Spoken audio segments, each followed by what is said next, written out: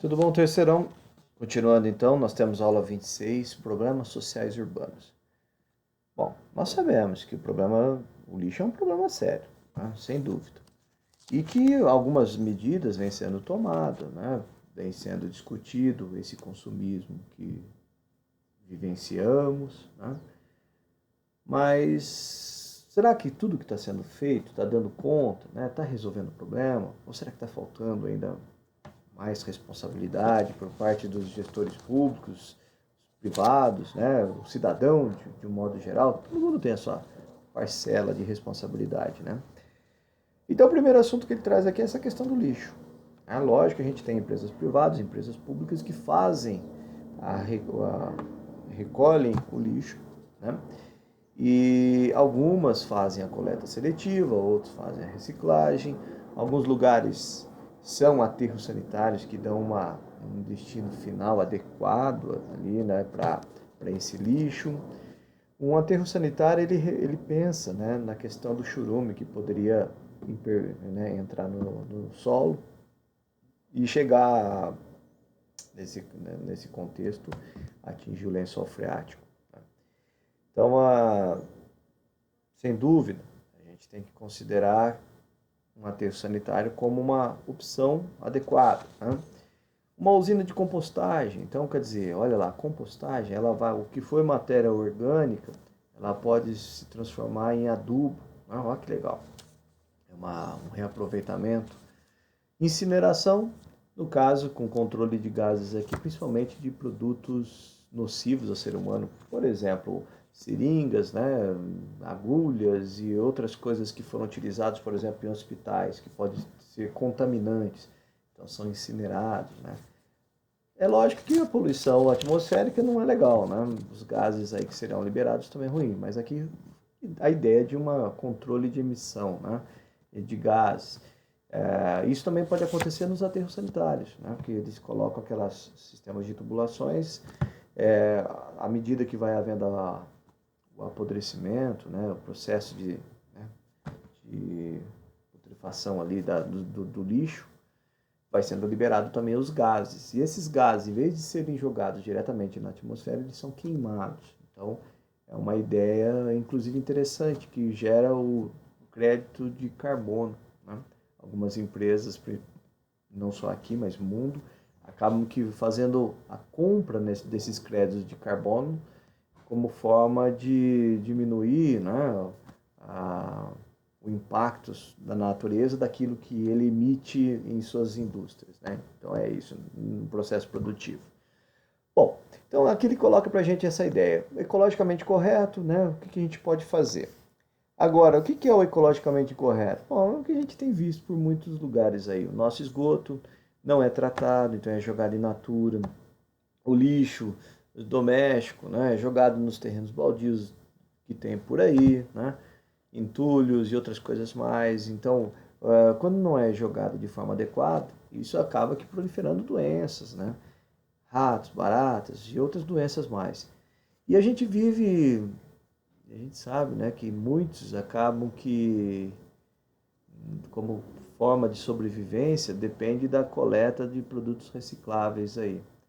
Quando ainda é feito ainda nas ruas, né, coletando já aquilo que foi previamente selecionado por nós, né, pelo cidadão, pelo consumidor, ele vai simplesmente levar até um ferro velho, por exemplo, onde lá vai ser dado um destino. É uma forma de renda, né, que ele tem.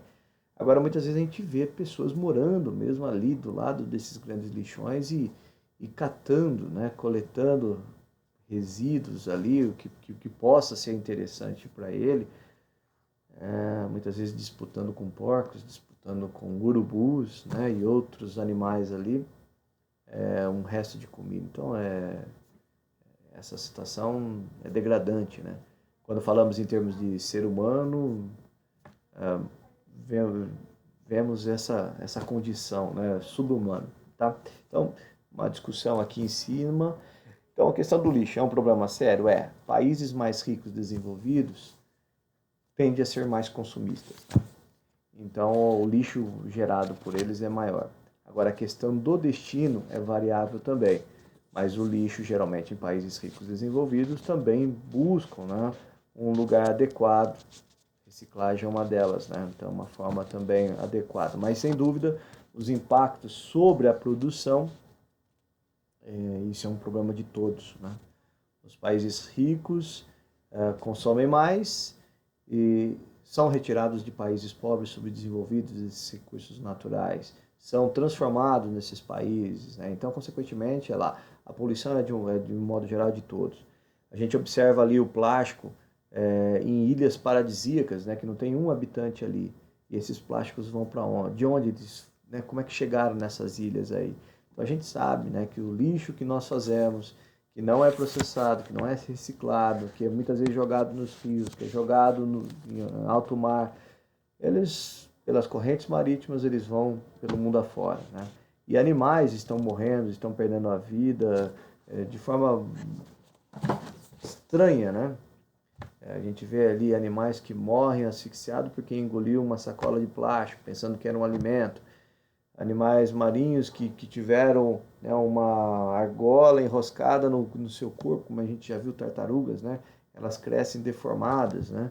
Então, um pouquinho de responsabilidade de cada um é necessário. Nessa época de pandemia, a gente tem visto agora que as máscaras estão sendo descartadas muitas vezes em qualquer lugar. E aí você vai falar o quê, né? É a questão do bom senso, de respeito, cuidar, né? Cuidar, eu diria assim, cada um fazer sua parte mesmo. Bom, enfim. Aqui no caso, destino dos resíduos sólidos, ó, o aterro sanitário, quantidade de municípios por tipo de destinação adotada, né? O norte, 93 municípios, 93 aterros sanitários, 112 aterro controlado e 245 lixão. Então, olha, o aterro sanitário, o aterro controlado, é a menor parcela existente na região norte. Então dá para a gente ter uma noção da quantidade de sujeira que é jogada em qualquer lugar.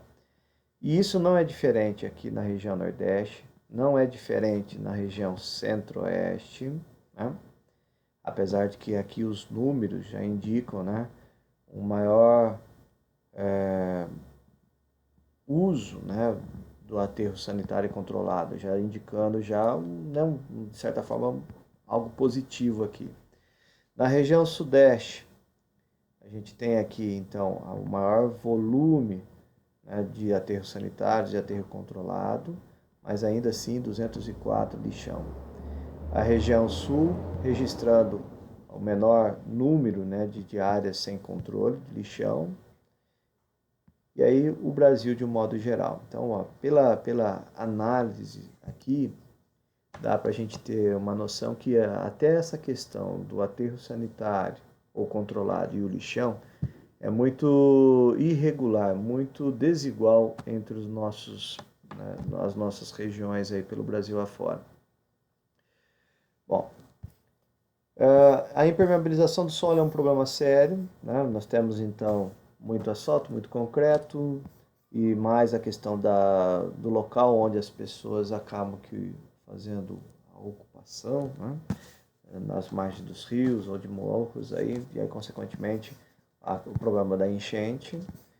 Aqui a ilha de calor, não se esqueçam, é um problema criado pelo homem porque está em relação ao tamanho da cidade. Quanto maior for a área urbana, maior é essa área de impermeabilização, menos verde, mais concreto. Então, há um aumento de temperatura e é o que ele coloca aqui para gente. Esse aumento de temperatura, né, ele vai criar uma área de baixa pressão atmosférica. Na região de São Paulo, como a gente tem no entorno dela ainda a Serra da Cantareira, a Serra do Mar, então a gente tem uma área de lagoas, inclusive, Represa Bines, Guarapiranga, né? Então, no entorno mais frio e, consequentemente, úmido do que o centro urbano, o que acaba que atraindo, inclusive, a chuva para esse ponto central, e aí aquela chuva, né, torrencial que acaba caindo e promovendo o problema da enchente, né? Isso é muito comum durante o verão. A gente vê que está chovendo em São Paulo e não está chovendo aqui. Ué, por quê, né? E a inversão térmica. Essa inversão térmica já é um fenômeno natural, né, diferente da ilha de calor que é antrópico, né, é feito pelo homem. A inversão térmica é algo que acontece naturalmente. Porém, ela é agravada pelo fato do surgimento da cidade na região. Então, a região aqui, por exemplo, de São Paulo, ele fica numa área mais baixa ali do rio Tietê, então a área mais alta de um lado e do outro. Essa área mais baixa, né, ela acaba que retendo o ar frio durante a noite. E até que o sol apareça, esse ar frio ele fica ali, fica parado, fica estacionado, né? O ar quente, inclusive, acima dele. Quando o sol aparecer, aí sim há uma circulação. Se não houvesse a cidade, se não houvesse a poluição, essa inversão térmica não representaria problema nenhum, né? Durante o inverno a gente pode observar. O céu está azulzinho, né? Quando a gente observa, por exemplo, de uma área mais alta, a parte baixa ali do relevo, toda aquela neblina, né? Agora, até que o sol não apareça, né? Até que o sol apareça e comece a esquentar o terreno, esse ar ele fica estacionado. Então, seria só isso, seria só uma neblina. Agora, como existe uma cidade e os gases poluentes que são liberados pelos carros, pelas casas, fábricas e tudo mais, num ar mais frio fica retido nessa camada. Então, por isso que aumenta os problemas respiratórios durante o meio do ano, né? A sinusite, rinite, bronquite e tantos ites aí, relacionado aos problemas respiratórios, tem a ver também com a inversão térmica. Então, olha, é natural, mas é agravado pela ação do homem. E a última parte, que fala a respeito da chuva ácida. Então, os gases poluentes aí que são lançados na atmosfera, em conjunto, né, com o calor e umidade, acabam se transformando em chuva ácida, né? Então, aqui a gente tem alguns exemplos: o ácido sulfúrico, né, o H2SO4, o ácido nítrico, HNO3, né, que são reações químicas na atmosfera. E a gente vai ter isso daí, lógico, liberado pelas chaminés de indústrias que não fazem a sua parte também, que é o caso de filtros, né, que são colocados nessas chaminés como forma de reduzir a emissão desses gases poluentes, assim como nos carros, né, a gente vê ali que tem tem um sistema de catalisador, são cerâmicas ali que retém, né, a poluição, não na mesma proporção, vai ser liberado na atmosfera. E assim por diante. Então, a falta de fiscalização, a falta de bom senso, a falta de respeito, né, de cada um com relação a esse controle, né, de poluição que deixa de ser liberado, que não seria, né, que não deveria ser liberado para a atmosfera, quando não há esse respeito, a chuva ácida, então, é uma consequência. E assim, e o que ela causa, né, de um modo geral, né? Bom, ou melhor, causas e consequências. Vamos deixar bem claro. O que causa isso? É a poluição. E a consequência dela? A chuva ácida, como consequência, né, dessa transformação aí desses gases, ela corrói pinturas, monumentos, nas plantas, ela queima as folhas, ela pode levar até a morte. Isso pode contaminar os rios, que pode levar à morte de peixe também. Então, assim, é um contexto de poluição mesmo, né? Tudo bem? Então, acho que é isso. Dei uma paradinha aqui de novo, né? Então, vamos para o exercício. Faça uma paradinha, faça uns exercícios e aí a gente vai corrigir. Vamos lá? Beleza, então nós temos o exercício aqui 1. Olha lá. Os lixões são o pior tipo de disposição final dos resíduos sólidos de uma cidade, representando um grave problema ambiental e de saúde pública. Nesses locais, o lixo é jogado diretamente no solo e a céu aberto, sem nenhuma norma de controle, o que causa, entre outros problemas, a contaminação do solo e das águas pelo chorume, né, líquido escuro, com alta carga poluidora proveniente de decomposição da matéria orgânica presente no lixo. Então, considere um município que deposita os resíduos sólidos produzidos por sua população em um lixão. A resposta correta é a letra B.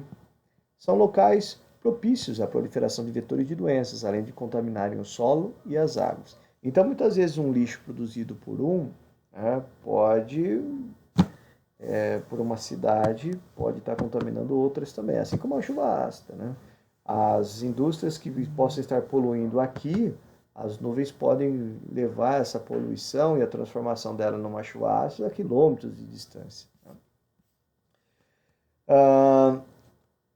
A 2, o ecossistema urbano é criado pelo homem e consome energia produzida por ecossistemas naturais, alocando-a segundo seus próprios interesses. Caracteriza-se por um elevado consumo de energia, tanto somático, né, aquela que chega às populações pela cadeia alimentar, quanto extrassomática, aquela que chega pelo aproveitamento de combustíveis, né? E principalmente após o advento da tecnologia de ponta. Cada vez mais aumenta o uso de energia extrassomática nas cidades, o que ocasiona a produção de seu subproduto, a poluição. A poluição urbana mais característica é a poluição do ar. Então, os efeitos da poluição atmosférica podem ser agravados pela inversão térmica, processo que ocorre muito no sul do Brasil e em São Paulo. Esse processo pode ser definido como, letra D, fenômeno que o ar fica estagnado sobre um local por um período de tempo e não há formação de ventos e correntes ascendentes na atmosfera. É isso. Bom, toda e qualquer dúvida, anotem aí. Próximo momento de encontro, faremos a discussão desses temas também, né? E talvez dúvidas que tenham aparecido aí, tá bom?